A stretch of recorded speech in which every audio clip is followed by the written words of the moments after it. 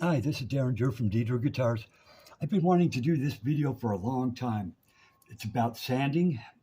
Um, yeah, when I was 5 years old. My dad would have me sanding stuff. He used to do a lot of remote control stuff, and he had me sanding to where I hated to sand. I mean, I couldn't believe how much I hated it.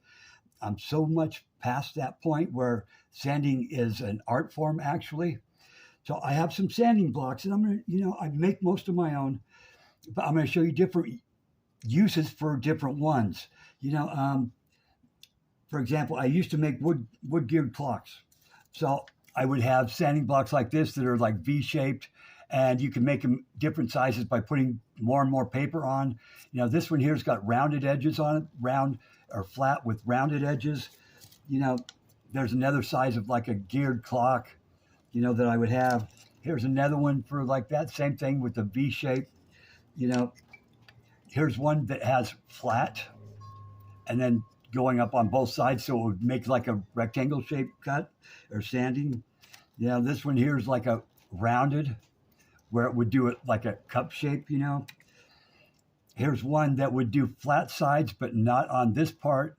It would just do flat to where it would do sand it to make it that wide, you could say. You know, um, Here's one just for a flat spot. I have many of them, many different ones. Here's a wide V. You know, I make my own. Here's one just a flat block, but then I did that for clocks. Here's one specifically for when you dado something out. It will sand in the dado however wide you want it to sand inside it, so your shelf will go in there per se. You know, I have some. This is the back of a guitar neck, but it's nice and rounded. I'll use it for stuff like in here.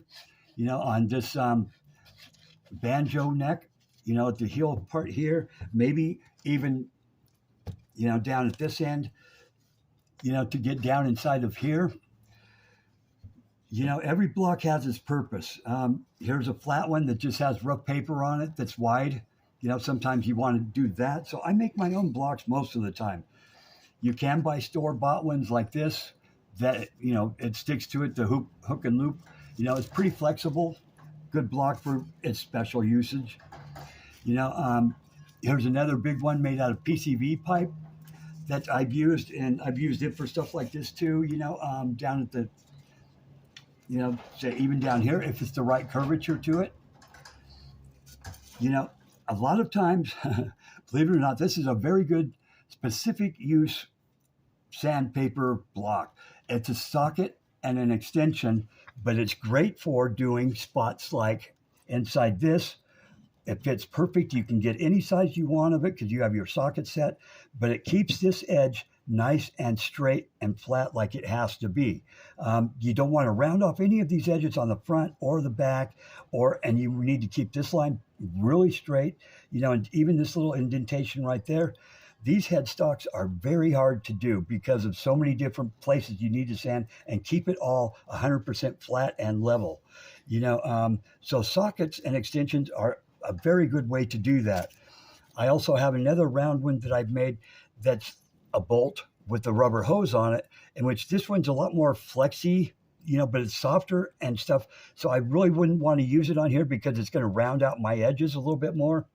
Then I have like 90-degree blocks, ones that will sand the top and side, like for a neck bucket on a guitar. It'll sand that perfectly square like it has to be. I have some where I put padding on it. It's a nice hard block, hardwood, and where I have to put a lot of pressure on it. And then I have big blocks like this. They're made out of rosewood, and this is all my scrap stuff. For this size of a block, I also have a bigger made out of rosewood for like a longer stroke when you need to sand something like that.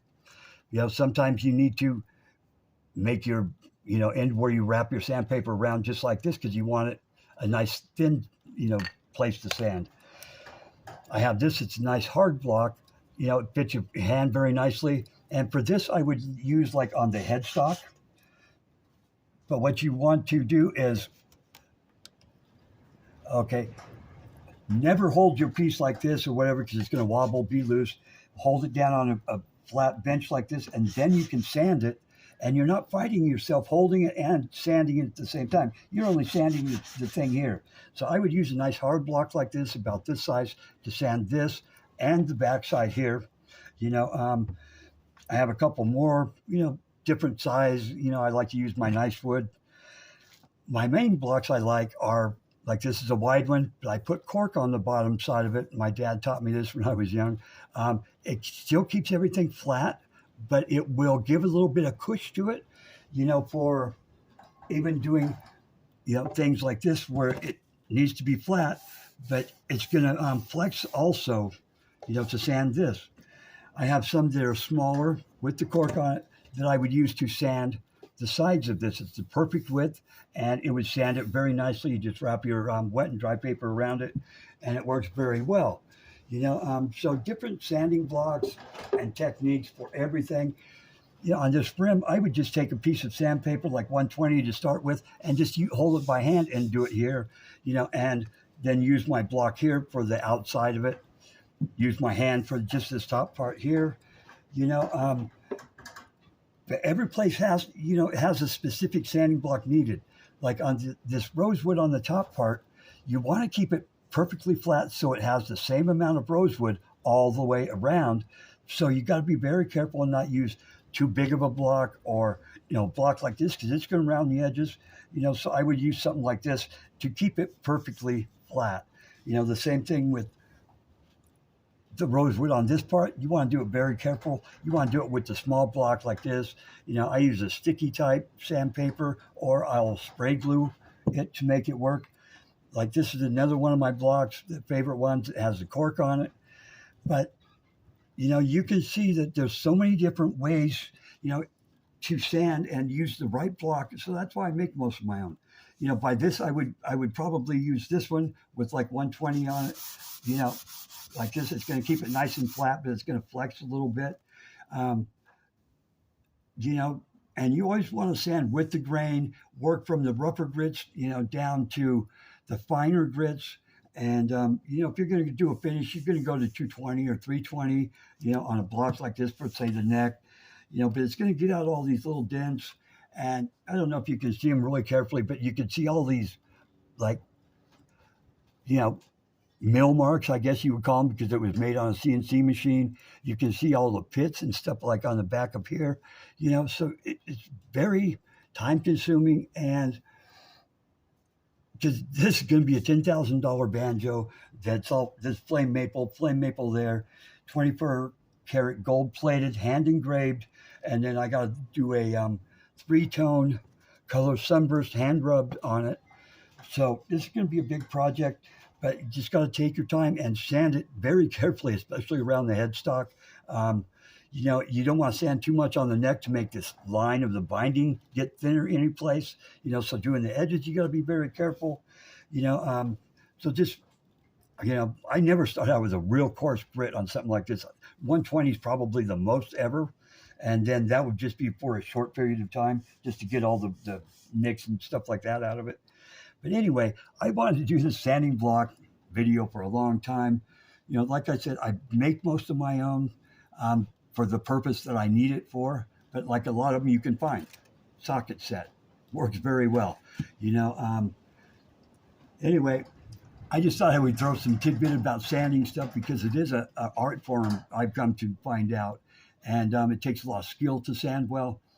So anyway, this is Darren Drew from D. Drew Guitars. Please like and please subscribe. Thanks for watching.